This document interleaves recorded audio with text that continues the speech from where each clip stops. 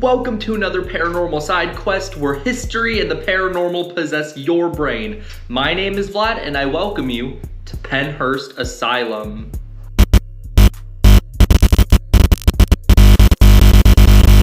Okay, so just like totally random, but like right off the bat, I want to address the potential elephant in the room. I have shaved. I feel completely exposed right now. I feel disgusting. Like I'm not into this right now. I don't know if I should do this again or not. But yeah, if you're wondering, why does he look more like a man baby than he did before? Yeah, that's probably why. So yeah, let's move on from that conversation. Let's get started with the video. So when you think of a mental hospital or even just a regular hospital, you think about going in, walking into nurses and doctors greeting you with big smiles, making you feel comfortable, assuring you that you are gonna be okay no matter what your trouble is. It's all great and good, but unfortunately that's the complete opposite of what we're gonna be talking about today, because the asylum, mental institution, whatever you wanna call it, that we're gonna be talking about today is straight up something from hell. Like, we're jumping right into things with one of the most brutal mental institutions that ever existed. It is like crazy the amount of horrible, nightmarish things that happen at this place. Like, it's really gross. Like, it'll make you wince for sure when you hear some of the stories I'm about to tell you today. And yes, I'm gonna be reading off my phone because that's where I have all my history written down. I've kind of made a script for myself with the history because there's not a chance in all of humanity I'd ever be able to remember every single piece of history in one go for this video. So this is kind of keeping me on track. If you see me kind of looking down every now and then, that's what this is. But anyway, here we go. Located in Spring City, Pennsylvania, where roughly 10,600 people were admitted and roughly half passed away. Many of the deaths not from natural causes, but instead from maltreatment and experimentation done by staff and patients alike. Okay, so yeah, like I mentioned right off the bat, this place was really bad news. Like, you would go in here looking for some form of mental help, and the end result would just be you getting poked and prodded at by doctors and staff patients. Like, they just straight up gave up and they didn't care about the patients after a certain amount of time, which led to a lot of other really terrible things happening. This place was like the worst of the worst. Like, it was so bad at one point that it gained the title The Shame of Pennsylvania. Everybody in Pennsylvania knows about this place, probably all of them. If you don't, like, you're probably living under a rock because this place impacted Pennsylvania in such a huge negative way, it's like not even real. There was pain and suffering almost non-stop day and night. This place was such a terrible and absolutely horrendous facility. It was just like disgusting. I know I keep saying, oh, it's disgusting, it's gross, it's horrible, and y'all are probably sitting there like, oh, well, tell us then what happened. I'm getting to it, calm down, give me a second. One day, a reporter by the name of Bill Baldini was allowed into the asylum to do a news report on what was going on within the facility's walls. The title of this story was Suffer the Little Children. You can actually find this story on YouTube. Like, it is the full-length news documentary on Pennhurst Asylum. Like, if you Google Suffer the Little Children Pennhurst Asylum, it'll come up. If you want to, go ahead and watch that. But it is just absolutely disturbing. Like, I've watched it in full length. I think it's like 5 different episodes of it. It was like a mini series. And it's just so sad. There was like children on the ground, like really malnourished kids, like straight up skin and bones. They were like rolling around in what I can only imagine is their own like feces and stuff. It was really gross. And that's another thing that this reporter Bill said. He said that he walked in there and he had to walk right back out in a matter of minutes because the smell of urine and feces was so strong, it absolutely repulsed him. But yeah, eventually that little news story came out to the public and everybody saw what a terrible place this facility was, and it got shut down eventually thanks to this one dude doing his story, which is a pretty big W in my book, if I had to say so. But anyway, let's begin with how the asylum actually came to open. So, in the year 1903, Pennhurst Asylum was authorized to open as a rehabilitation center for the epileptic, or as they called it at the time, the feeble-minded. The asylum started off sitting on 112 acres of land, and by the time of its closure, It had expanded with many different buildings, coming to the total outstanding amount of 1,400 acres of land. Wow, that's a lot of acres to abuse people on. Kind of crazy. You'd need that much for that, but I guess so. Get your money's worth. No, I'm just playing. Don't cancel me yet. Like, this is my first video. I do not want to get canceled. But even with the huge amount of land that Pennhurst sat on, by the year 1912, like most mental institutions at the time, Pennhurst became very overcrowded and sanitation became less and less of a concern to the staff. It got so bad to the point where people said that they wouldn't even send their dog to Pennhurst because patients were being treated much worse than any animal at any zoo. That's crazy to think about. Like, back in the day, I can only imagine how doctors and nurses saw like people with Down syndrome, epilepsy, like it said in there, stuff like that. Like, they probably saw these people as not people. They probably saw these people as some sort of horrible mutation in their eyes, which is a terrible thing to see. But I mean, back in the days, like, nobody understood mental health. Nobody understood physical or mental problems yet. So they just kind of did their own thing to try to figure it out. And that resulted in many, many deaths, many, many experiments gone wrong. And it's pretty bad. Y'all better listen up, because this next part's actually pretty crazy. Listen to this. The amount of money the founders of Pennhurst would spend daily on food and treatment for the patients was a significant amount less than what local zoos in the area would spend on the animals per day. That's not really the crazy part. The amount that they actually spent on patients per day is the crazy amount. Get a load of this. They would only spend 75 cents per patient per day. This was like the 1900s, where money was worth a lot more, but that was still not entirely too much for the time. Like, that could maybe get you what, like a bowl of soup and a small piece of bread or something like that for the day, and that's all that the patients would have per day, which is really sad. That would explain a lot of why malnourishment and stuff was a big issue there. Now, most of the patients at Pennhurst were children, and the living conditions at Pennhurst, like I mentioned previously, were absolutely unheard of. There was half to almost fully naked children rolling around in their own feces and urine. Others chained and tied to the bed. Very visible, malnourished kids laying down almost unable to move because the lack of food and nutrients that was given to them was nowhere near enough what a normal human body requires. All right, that's like terrible. Like, I'm just sitting here thinking of something to say, and it's like, what can I say to this? Like, that's just, it's disgusting. Like, what? Come on now, what are you doing? What are you doing to people? Like, what if you were some disabled person? Like, would you like to just get thrown inside of what they call the loony bin and just get like stale bread shoved down your throat every single day or something like that? Like, there's people that stayed at this asylum for well over 50 years. And aside from that, like, there was others that just spent their entire lives, like, start to finish in this asylum. It's disgusting. Like, I cannot even imagine. But despite the low amount of money that was spent on patients per day for food and treatment, I want to talk about a few food options that patients had.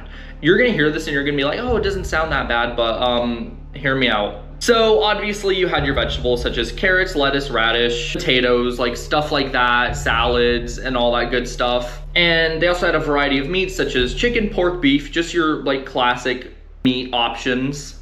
And most of the time, all of the meat options were made into some sort of sandwich, such as burgers, chicken sandwiches, and last but not least, a lot of the time, cup noodles were considered a delicacy for the time. And I must say they still are.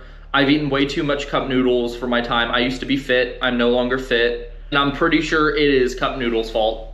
Pretty sure Maruchan, or however you pronounce that brand, I'm talking to you. You probably made me unfit. It's your fault. I've lost myself.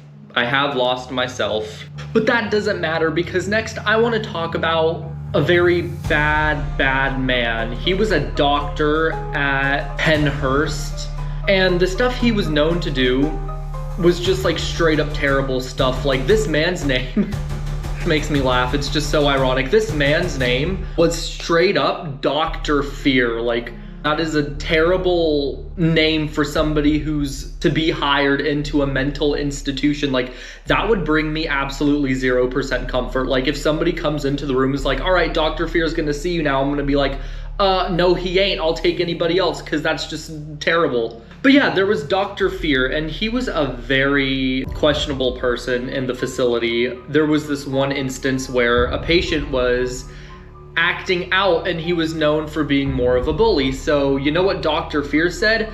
Let's teach this kid a lesson. And he asked, what is the most painful but non-lethal injection that I can administer this guy? And he was given one, and he injected it into the patient. And this injection was known for causing the most unbearable pain that you will ever feel, and it will last for many, many hours.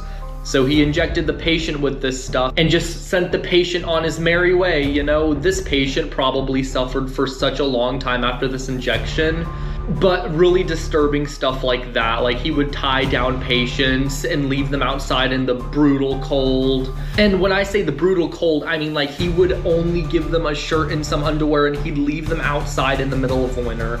And hypothermia was very much a thing when that would happen, because, you know, if you're outside in what, like 30-degree weather, you're probably gonna end up having a case of frostbite.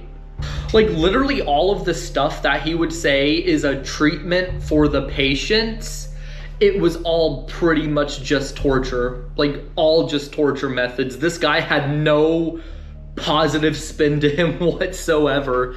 He was talking up a storm about how patients, like, aren't human, how they don't deserve to be treated human, how they don't need to have rights. And the founders of this place, like, kind of just took one look at him, and they were like, I like this guy. This guy knows what he's doing. And then they just hired him, and then he was in charge of a lot of stuff. And that's just, like, terrible. Like, people did not think through what they were doing at the time. Like, that has been made more than clear to me. And then there was another doctor. He went by the name of Henry Goddard, and he was also one of the doctors who was in charge. Now, there was parole for this asylum at the time. It wasn't like mental institutions these days where if you're 18 or older, you can just check yourself out whenever you wanted to. No, like, if you were admitted to this place, you were owned by the state, I'm pretty sure, and you could not leave unless somebody of higher authority gave you the okay card to just dip. And according to the research that I've done, this doctor only had a parole rate of like 7%. So like only 7% of patients were eligible for parole, and those patients were the ones who just kind of gave up on life while living at Pennhurst and just completely became submissive to this guy and let him experiment on them, do lobotomies. And if you don't know what a lobotomy is, I will advise you, this might be a little bit graphic. Basically, it's where they take an ice pick looking long nail, I dare call it. They would insert it into the top of your eye right here and push it till it's right going through your frontal lobe. They would then take a hammer and tap the end of that long nail-like thing into your eye until it pierced through your frontal lobe and into a part of your brain. They believed that that would cure people because, yup, that was the world back then. But yeah, so these patients that were eligible for parole, they had to go through this man's like experiments and procedures that he said would fix them. And once they were fixed, that's when he would let them go. And only about, like I said, 7% of patients were able to get away with that. The rest of them were just rotting away there until, you know, they passed. It's a very sad thing to think about. I'm not laughing because I think that's funny. I'm laughing because it's like my brain cannot process this stuff quick enough. But yeah, he wouldn't only do lobotomies, he would also inject different chemicals into patients because he believed that that would fix them. And after, he just kind of gave up, and his procedures became more of like experiments to him. And these chemicals and different medications that he was injecting into patients, they turned out to make so many patients turn out worse than when they got there. Like, it's crazy. And the stuff that you could be admitted for into asylums back in the day was crazy. Like, I'm about to go down a few things on a list that I've found. of things you could be admitted for in mental institutions in the very early 90s. Now bear with me because these are like actually crazy.